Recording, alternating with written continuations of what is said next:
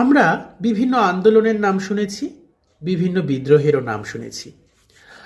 2019-এ মাধ্যমিকে একটা প্রশ্ন এসেছিল।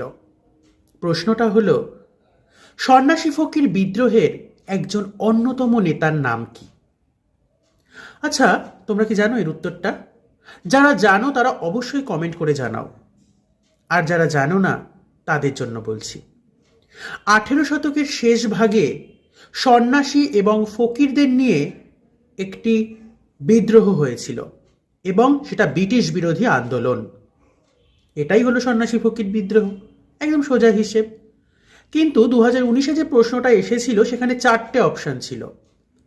সেই যে প্রশ্নটা হলো যে সন্ন্যাসী ফকির বিদ্রোহের অন্যতম উল্লেখযোগ্য নেতা, সেই 4টে অপশান যদি তোমরা দেখো তাহলে বলো তো এই 4টের মধ্যে কোনটা হবে?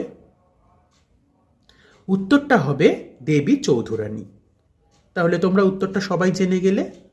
অবশ্যই যারা জানলে না, মানে যারা আমার কাছ থেকে জানলে, আর যারা মানে জানতে না এবং যারা জানতে, তোমরা সবাই কিন্তু আমার কমেন্ট বক্সে কমেন্ট করে একবার প্র্যাকটিস করে নাও।